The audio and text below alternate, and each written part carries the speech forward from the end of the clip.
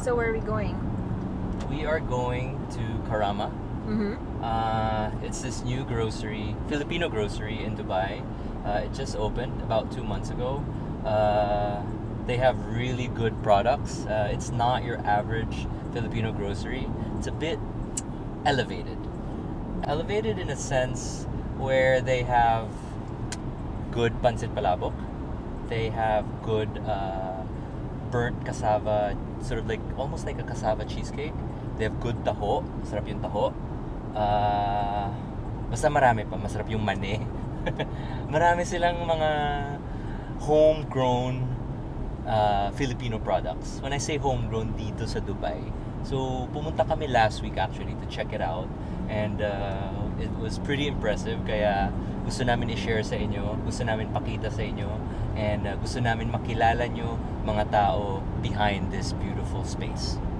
And the most important part is meron silang Philippine mangoes. Oh yes! Oh my God! Your favorite. Yes. Kasi si Camille mahilig sa mangoes. And na-try niya na, ano yung mga na-try mo mangoes? Sobrang dami na. Tingin ko dito sa Dubai, more than 30 variants na na-try ko. 30? Yep. Super Wow. dami. Can you enumerate like say 6? Pakistani, Yemeni, those are the good ones. Colombian mangoes are pretty good. Ano pa ba? Egyptian? Australian was pretty good the last time I had it. Hindi lang ako mahilig masyado sa apple mango and maraming apple mangoes dito. So iba pa talaga yung tamis ng mangga sa atin? Para sa akin iba. So from Kuya, it's about 30 minutes on a weekday. Pero if you go on a weekend, siguro mga 21 minutes lang. Kasi... 21? Yeah, wala. Medyo mga 20 plus kilometers rin. Pero mabilis eh. Like this highway, average speed dito 120. Ito ngayon, traffic na to. Ito na yung traffic sa kanila. Pero at least moving pa rin. Though kung wala kayong kotse, pwede naman mag-metro. And nasa metro station siya, diba? Yes. Like pagbaba mo ng Karama metro station, mga 5-minute walk, less, give and take. Ganda talaga ng roads in Dubai, no?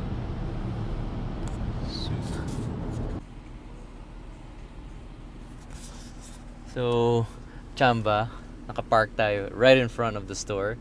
So what you guys do is, kagandahan dito sa Dubai, i-SMS mo lang or i-text mo lang yung parking code, and then yun, lagay mo lang yung plate number mo, parking code, and then kung how many hours. I just put 1 hour first. Hopefully 1 hour lang tayo dito, and hopefully hindi natin bibilin yung buong store. Pero definitely bibili tayong mangga, no? Okay, tara. Gusto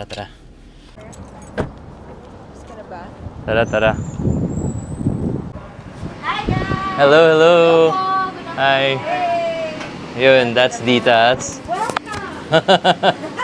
Yeah, ito na yung pinaka-sexy na lola. Si Di, guys, 50, no? 52 years old. Grabe. Tingnan mo yung katawan, no? At saka magiging lola na to, Ditas yung responsible sa magandang elevated Filipino grocery dito sa Dubai for the very, very first time. Nakaka-proud. And then, what are you having? I'm having coffee jelly. Sarap. So refreshing. Dito rin galing yan? Yeah. Homegrown rin? Yeah. So yun, Homemade. Fresh. Delivered fresh daily. They promote all these homegrown talents. Speaking of, I think, nandyan si Apple. Nakita ko siya. Tara, punta natin. Excuse Go me, to our Ditas. next wing. Ito yung sinasabi ko sa inyo, guys. Yung mga homegrown talents nila or homegrown products. Behind them are, of course, ating mga abilidad na mga kabayan dito sa Dubai. Hi, Apple. Kamusta? Kumusta? Okay lang, chef. Kumusta? Nice naman. Kamusta yung... Okay naman yung natin, palabok at saka basket bird kasama cake dito sa Sari-Sari store. Oo. So, Balita yun. ko, Yeah, parang... chef, ever treat. since nag-start kami in less than a month, halos 1,000 tubs na kami na na-deliver dito. Wow. So, average of how many a day yan? Mga Kasi, 3 times a day ako nagdi-deliver eh. Oo. Ang unang plan is once a week lang. Pero dahil nga sa mga tao, nagustuhan niya, nila, so tuloy-tuloy. So hindi mo ina-expect to? Hindi ko na-expect yun. Twice ako nagdi-deliver sa morning and then sa afternoon. Balita ko may pumapakyaw doon ng palabok. Pero akala mo reseller yun eh. Yung nga sabi ni Apple, hindi siya gumagawa ng marami para nandyan pa rin yung quality. Tama ba? Tama, chef. Batch by batch yung ginagawa. Small batches yung kung gat maaari para ma-preserve natin yung quality. Kasi talagang nag-iiba yung lasa. Pagkain kapag madamihan yung ginawa. Tama. Pag parang may threshold yan pag lumabas ka na talagang kahit may recipe ka, mag-iiba talaga. Iba talaga. Iba. Gusto din natin yung comfort food matikman ng mga kababayan natin dito. Tama. Kasi lahat tayo, wala sa bansa natin eh. Tama. So, hindi lang yan lasa yung binibigay ng pagkain eh. The memory, nostalgia. Tama. Yun nga yung iba nagko-comment pag tikman daw nila, parang bumalik sila sa Pilipinas. Yan. Para silang nasa luto ng nanay, luto ng lola, yung mga ganun. Or kahit ng kapitbahay. Yung mga sa kanto. Diba? Pwede magtanong.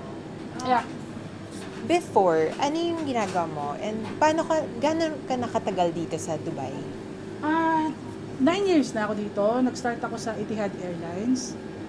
Actually, sa Pilipinas pa ako, nag-aaral pa ako sa culinary. Nung nag-hiring sila. So sabi ko, try ko, kaya lang nakalagay doon, kailangan meron kang experience sa hotel. So nag-try lang naman ako. So lahat ng natutunan ko sa culinary noon, niluto ko doon sa trade desk. Wala pa akong idea, chef, ano yung mga trade desk, trial, hindi ko maalam. Sinabak lang ako sa kusina. Sabi yun, pinalipad na kami, wala akong binayaran. Free yung ticket, accommodation, wala akong binayaran. Wala akong kahirap-hirap ng pagpunta rito. Naisip mo ba bilang kusinero na parang magkaroon ka ng twists and turns na ngayon parang may product ka, busy ka? Sobra. Di ba? Magandang problema yun. Oo, maganda, sobra. Yun talaga yung gusto ko. Gusto ko magkaroon ako ng, dati pinag-pray ko lang, magkaroon ako ng isang recipe na makikilala. Isang recipe lang talaga binigay sa akin. Isa lang. Binigay sa akin 2, yung palabok tsaka yung yung kasama. Tumatay playbook ko. Oo, di ba? Ang galing. Yun, so sabi ko, paano nangyayari yun ngayon? Okay na. Tsaka, chef, meron din kasi akong dito, yung pinaka-challenges na pinagdaanan bago ko nandito ngayon. Kasi nagkaroon ako ng surgery. Heart surgery ako twice. So akala ko hindi ko na magagawa lahat. Akala ko, tama na to, hindi ko na magagawa. Kasi alam mo lang sa kusina, chef, sobrang ang trabaho eh. Akala ko hindi ko na magagawa. So ito yung binigay ni Lord. Binigay niya ako ng isang recipe na makikilala yung Papulicious. Dito, ng mga kababayan, na kahit saan ako pumunta. Uy. Nakikilala nila. What inspired you to start this business? I mean, okay ka naman before sa work mo, pero what inspired you na parang ito yung gusto mong gawin? Kasi dito pa naman akong balak gawin. Not until nung pagpasok ko, sabi sa akin, tanggal ka sa trabaho. Hindi ka na babalik. Hindi na ako pinabalik sa office. So wala na ako work. Doon ako na-inspire na parang, okay, kailangan ko sigurong gawin tong ko. Ito na yung brand ko. Ituloy ko na to. So binuksan ko yung buong menu ko. Doon mo na binuhos lahat? Binuhos ko lahat. Sabi ko, ito na yun. Ito siguro yun. Kasi sabi nga nila, pag one door closes, another one will open, di ba? So yun na yun. Yun na yung start ng Tuloy-tuloy na. Nag-start ako ng 2020 December hanggang ngayon. Galing. So yun na yung ginagawa. Nakaka-inspire yung kwento mo. Oo. So, napakahirap kasi mag-isa lang ako eh. Mahirap talaga eh. Di ba siya? Sobrang hirap. I mean, yung to be successful or to be good in something, kailangan mo talaga pagdaanan eh. Hindi pwede na mahulog lang tapos tama. Lottery winner. Kailangan tuloy-tuloy ka eh. Talagang kunin mo. Yun na. Walang balikan. So tuloy-tuloy. So, pag nag-commit ka, tuloy-tuloy na yan. Wala nang atrasulong. Wala na. Yun na yun. 20 dirhams to. Oo. No? Magkano yung 20 dirhams sa pesos? Magkano? 320 pesos. Guys, wag niyo i-convert ha. Kasi syempre, yung kinikita ng mga tao dito, dirhams rin eh. Parang sa US ka, 'di ba? Kakain ka ng pagkain, convert mo. Wag. If you're starting to earn in the same currency, mas magaan siya. Tama.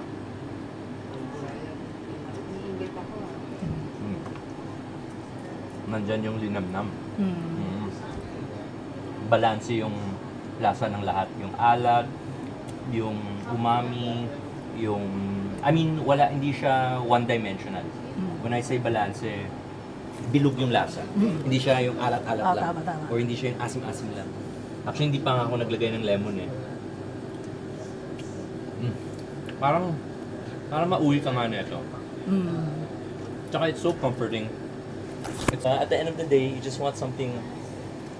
You just want a dish, as I always love to say. A dish that will help you. Yung yaka. Or matanggal yung pagod mo. You had a long day, nasigawan ka sa trabaho.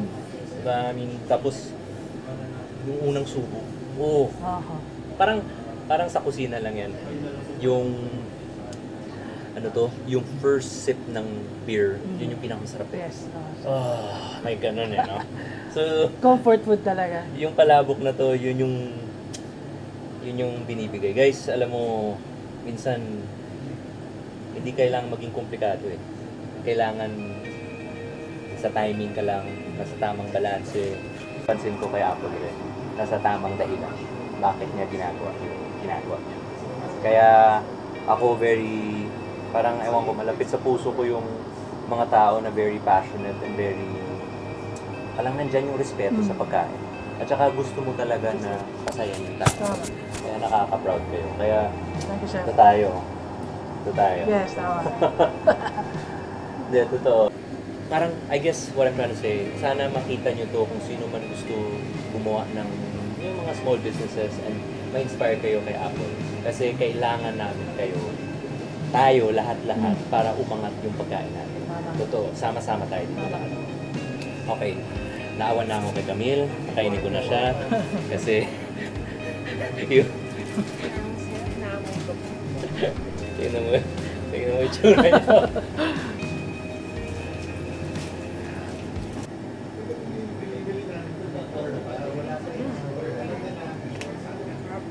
Lime to, no? Lime.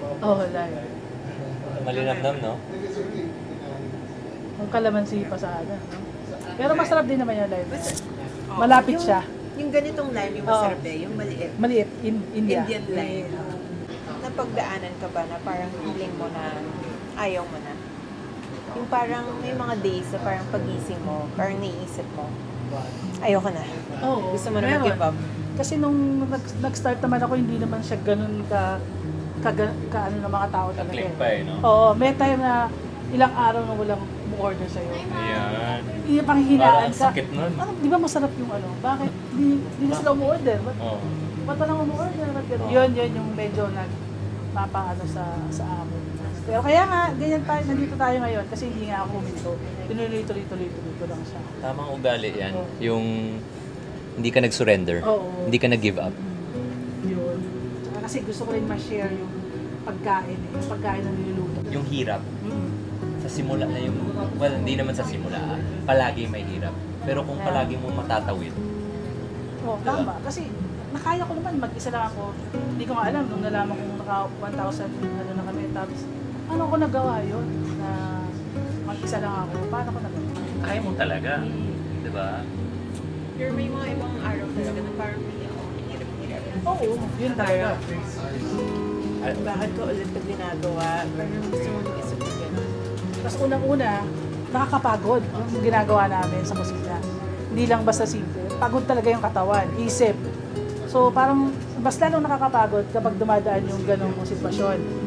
Na walang ganito, ilang araw, minsan isang linggo. Pero ngayon wala na. Sobrang busy, wala na. Hindi na masyado nakakatulog.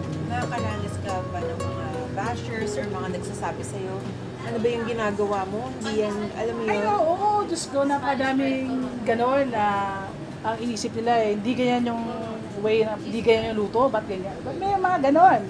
So, wala tayong magawa pag nagipag-away tayo sa kanila, hindi sila titigil. Doon sila makakakuha ng puntos kapag napikon ka sa kanila. Totoo. So, yun yung gusto nila. Mas maraming nakaka-appreciate ng pagkain mo, doon ka na naman yung mas masaya. Tama. Yung mga basyo, wala yan. Ganyan talaga yung gagawin nila. Sirain ka. Kasi meron silang bagay na hindi rin magawa na ikaw nagagawa mo. Ang sarap, guys. Akin na to. Yun yung algo. Sa'yo na yan. Isang subo na lang. Pero alam mo, I guess, pag nakahanap ka ng tribe mo, o yung kapamilya mo, or yung mga regulars mo, mga suki mo, dun ka, I guess, dun ka makinig sa kanila. Kasi sila yung nagmamatter eh. Tama, chef. Diba? So kung hindi mo gusto yung pagkain ko, nasa maling tribo ka, baka nandun ka sa kabilang tribo. Tama. So, hindi ikaw yung ano ko, hindi ikaw yung Market. market ng ano ko. Ganun talaga. May kanya-kanya. Pakanya-kanya. Oo. So, gusto ko lang healthy competition. Tama. Oo. Competition. Supportuhan. Supportahan. Yes, correct. Support ng bawat. Lalo ng mga Pilipino. Kapwa Pilipino. Correct. Yun yung sa akin. Yan, nakaka-inspire ka. Sana baguhin natin yung paningin natin sa buhay, di ba? Okay lang yan, Apple. Kung dumating yung oras na naiiyak ako. Oh. Okay. Kapag dumating yung oras na tingin mong mahirap na for you, mag-message ka sa amin. Oo. Kasi si Camille actually, dami niya rin, syempre lahat naman tayo may problema. I guess naiintindihan niya where you're coming from. Yun. So, I guess yun, ganito lang, tulong-tulong lang. Tulong-tulong lang kasi. Yeah. Kasi, yun nga, gaya ng sinasabi ko, hindi alam ng tao. Gano'n Nakikita kayo? nila ito, finished Tapos product. na, oo. Hindi nila alam kung anong Hindi nila alam yung struggle. kwento. Hindi nila alam kung ano yung nasa likod niyan. Tama. So, yun lang yung inaano ko din sa mga kapwa Pilipino natin. Na sana magsuportahan naman tayo. Hello, Sir Francis. Kamusta? Teka lang. Bago tayo magkwentuhan, patikim muna ng tumitrending na palabok tuloy. Tumitrending na taho. Balita ko, may taho daw dito na yan. Kung ipainit ko sa... Sige. Organic. Tingnan nyo naman, guys. Taho lang yan. Pero yung packaging, come on. Level up. Yan ang dapat. Kailangan yung pag-meticuloso mo nandyan di ba? If I may ask, ano yung work nyo ngayon or full-time na ba to? Hindi pa, chef. Na currently working po as supervisor sa isang luxury chocolate shop. Actually, tatlo po kaming founder nitong Jaiko Taho, which is kaming tatlo magkakaibigan since college. Talaga? Yes. So tagal na tong taho na to? Hindi siya, chef. Actually, yung product na taho is ginawa namin siya or na-produce siya after 2 months. R&D kayo? Yes po. Parang talagang trials, everyday trial until makuha po namin yung perfect na lasa, talaga yung lasa ng taho from Philippines. Yes. Ang galing naman kasi actually, natikman ko na to eh. And actually, lasang Pilipinas talaga siya. Ang nakakatuwa na parang naidala nyo yung lasa sa atin dito sa Dubai. Yun po talaga yung vision namin tatlo na dalhin yung nostalgic experience from Philippines. Tama naman. Here. Para ma-experience din natin, alam naman namin na mostly ng mga kabayans natin na matagal na hindi nakakauwi ng Pilipinas. Correct. So, hindi nila na-experience what we experienced before. Tama. So, yun yung pinupush ko namin na para ma-experience din nila, dalihin dito sa Galing. Nakaka-proud. Hindi, totoo, promise. Sabi ko, nakita ko na to sa social media eh. Yeah? Bakit siya masarap? Feels like home. Ah. The taste. Texture. It took them 2 months to perfect the recipe. Wow. Oh. marami pong nag-aksayang soya, sago, asukal.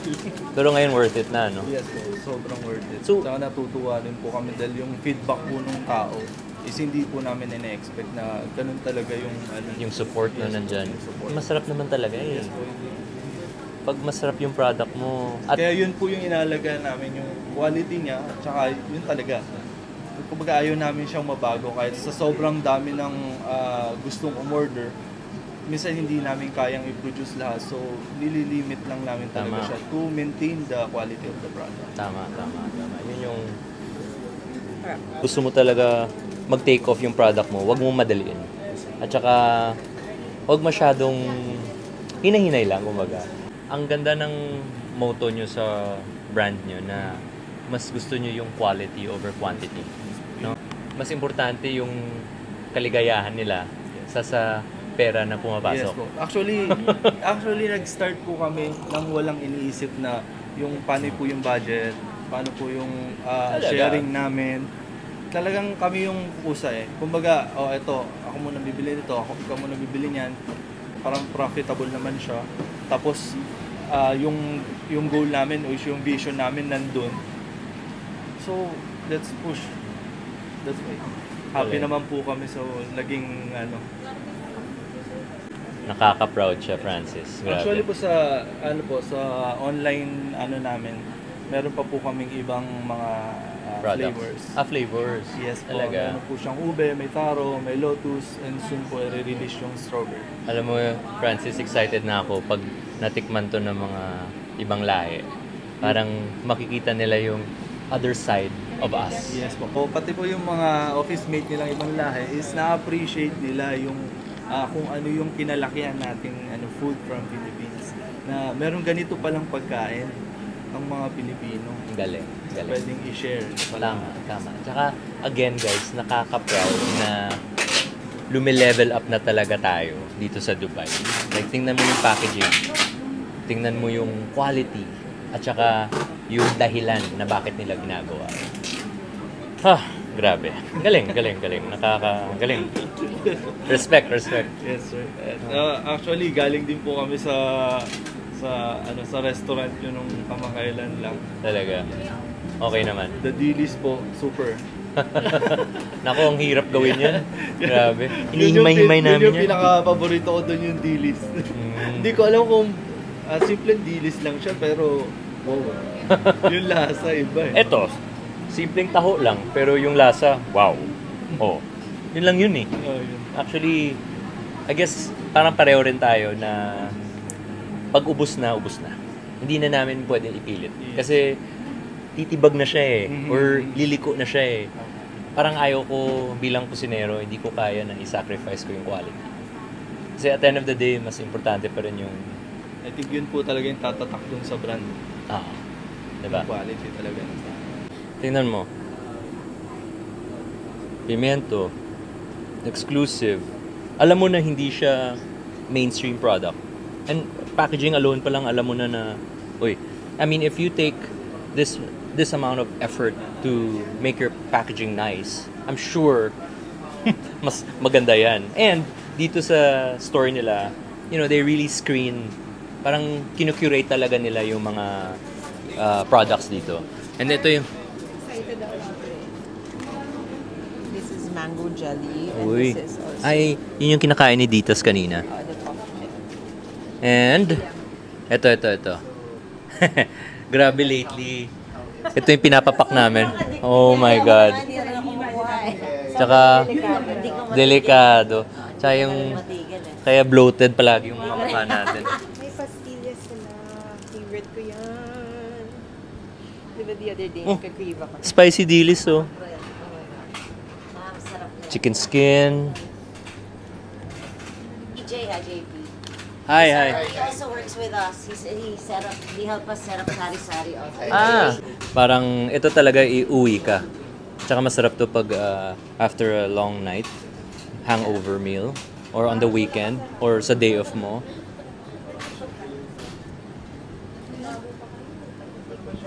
Ano to? What's this? Tell them what that is. Pan de siopaw. Pande shop. Oh, nice. Yeah, Dito so rin it's a- ginagawa, ano, lahat. So yeah, we have a supplier who we have a bake shop in International City. Ganda ng like ginagawa niyo sa community because you're kind of teaching them how to how to be more organized, how to have a system. Yeah, no, I mean the whole thought behind this was parang to bring in all the local Filipino small businessmen, so that we gave them a platform to put their stuff. They're already selling it online, but now they have a brick and mortar shop where they can put their stuff. Tama. So it's really helping us, Each as other. much as- yeah, that it can Everyone wins. Yeah, And everyone wins. grows. Yeah, definitely. Everyone parang Together you rise. Yan. Or Filipino forward. And together we rise. Yes. We have so many good Filipino Talents. now. There are people who are like putting some care into the taho. It has to be authentic. The palabok is authentic. It's not just that something that you put together so that you can sell.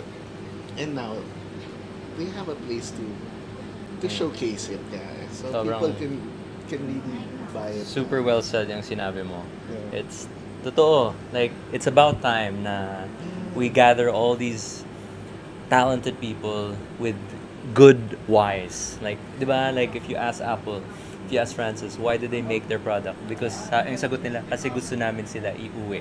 Ang layo-layo natin. Gusto na. So guys, pag gusto nyo umuwi dito sa Middle East, punta lang kayo dito. Pero una nyong, bago kayo umuwi, magbayad muna kayo, ha? Nandito yung Bee Coffee. Di ba we have this at home in Manila? Galing. At saka hindi ako mabuhay kung wala akong Knorr. Lahat naman yata tayo eh. Mang Tomas, of course, pinakurat. I can't live without my suka. Alam mo yun. Yes, ma'am. Arce. Sindiri. Ito guys, masarap rin to. Durian. May durian. Yes. Wala kasing kalamansi dito sa Dubai. Pero ito close enough. Good enough. And aha. My favorite. Tingko, syempre. Alam na. Tsaka ito, di ba? Ito parang, well, sobrang nostalgic nito. Parang naalala ko yung nanay ko pag naamoy ko to. Pag nagpapamasahe siya. Okay, ito. Lahat ng Pilipino meron na ito sa bag. Oo. Mami ni Jokoy, meron na nito palagi. Ito. Okay, ito yung sobrang favorite ko talagang Filipino biscuit. Kuha na Growing tayo. up talaga, sobrang favorite ko yan. Bakit? Hindi ko alam. Bakit? Hindi mo alam? Sobrang sarap eh. Bakit siya And sobrang then, sarap? Until now, kapag natitikman ko siya, parang it brings me back to my childhood. Kulang na lang zesto. Di ba na drink? Nasa Tetra Pak. Ito na yung mangoes. Favorite and the best. Siguro we buy mga konting hindi pa hinog. Oo. Pero, oo. Pero ito, Saba? this will take how many days? This one, maybe 2 to 3 days. Ano ang pangalan mo? Jackie po. Jackie. Jacqueline. Jacqueline, ano ang, example, first time ako dito sa Sari Sari, ano ang gusto mo ano yung alok mo agad-agad? Yung palabok kasi siyempre po importante po yung pagkain lalo na po sa supermarket na talagang araw-araw po nating kinakain saka yung pangangailangan po natin. After po, Teka lang, bago tayo mag-after, natikman mo na yung palabok na yes to? po, ilang beses na. Ilang beses na? Opo. Inuuwi mo ba sa inyo? Yes po. Nauuwi ka ba pag Oo, kinakain mo? nag-uuwi po ako. Hindi, pag inuuwi mo, nauuwi ka sa atin. Yes po. Sa Matagal ka talaga. na dito sa Dubai? Opo, 7 years. 7 years. Opo. So, pioneer team ka dito sa Sari-Sari? Kami pong tatlo. Kayong tatlo. Sa Kasibong opo. So, sa 7 years mo, happy ka naman dito sa Yes po, Sari-Sari? yes po. Parang nakikita ko sa ngiti mo, happy Yes ka. po, Bakit ka yes, happy? Kasi first time ko po kasi magkaroon ng amo na Pilipino talaga. Oo, diba? Kasi mostly kasi dito sa Dubai, mga ibang lahi po talaga yung mga owner like Tama. Iranian, Ito iba. Pinoy. Parang siyempre kapwa mo kabayan, parang minsan may maiilang ka kasi parang kakaiba kasi siyempre iba pa rin yung although yung nakasama mo yung ibang lahi sa kabayan, parang iba. So Pero- parang minsan kakabahan ka. Sabi ko, parang challenge. Taga saan ka sa atin? Bicol po. Camarines. Proud ka sa lugar na to? Yes po. Kasi parang po ito experience po sa akin. Kahit marami na po akong napagdaanan o iba't ibang experience na iba't ibang trabaho. So, kakaiba po ito. Kasi sa atin dito po sa Dubai. Kasi ngayon, parang habang nagtatrabaho po ako dito sa company ito, parang nasa Pilipinas na. Oo. Kasi kabayan lang din po. Parang yung mga dinadala mo yung bandera Oo, natin. oo, yung gano'n. Kasi kasama mo yung mga kapwa mo Pilipino. Tapos yung Pagpasok ka owner. ng trabaho, hindi ka na, minsan, Oo, di ba, parang yes po. iilang ka Parang, kasi. oo. Sabi, ay, ganyan. excited na may halong kaba, gano'n. Oo. Kailangan talaga sulit at saka yung mabibigay mo talaga yung best sa trabahong ito at saka sa customer din po. Nice. Ang ganda. Parang, Nahihiya ako. hindi. Hindi ako sanay sa camera. Hindi, wag mong isipin yan. Hindi, ang yung ngiti mo, namumula-mula ka na. Oh. yung ngiti, yan, alam mo, minsan priceless yan eh. Priceless yung nararamdaman ng tao. Priceless yung kung happy ang tao, mas productive ka eh. 'Di ba? Ikaw happy sa trabaho mo. Yes po. Tapos mga tao naman na pumunta dito, pag uwi nila, happy sila. Yes po. Diba? Mabibigay mo talaga yung magandang service Kumbaga, para sa kanila. alam mo, akala mo lang kinukuha mo yung pera nila dito. Opo. Pero pinapasaya mo rin sila. Yes po. 'Di ba? Dahil nagsisimula sa kanila Apple, tapos kayo naman kami lahat tayo may part eh. Yes. Lahat tayo may kamay dito eh. Lahat tayo may role, no? Yes po. So I guess yun yung kagandahan kasi nakaka-proud Yes, tayo, po. no? Yes. Tapos yun, parang maraming variety, iba't ibang mga products talagang makikita mo dito na wala sa ibang shop. Tama. Although kung i-compare mo siya, so dito iba siya. At saka, syempre, iba rin yung serbisyo. Yes po, iba rin po yung service. Yun yung yata gusto mong sabihin eh. Nag-mental lang.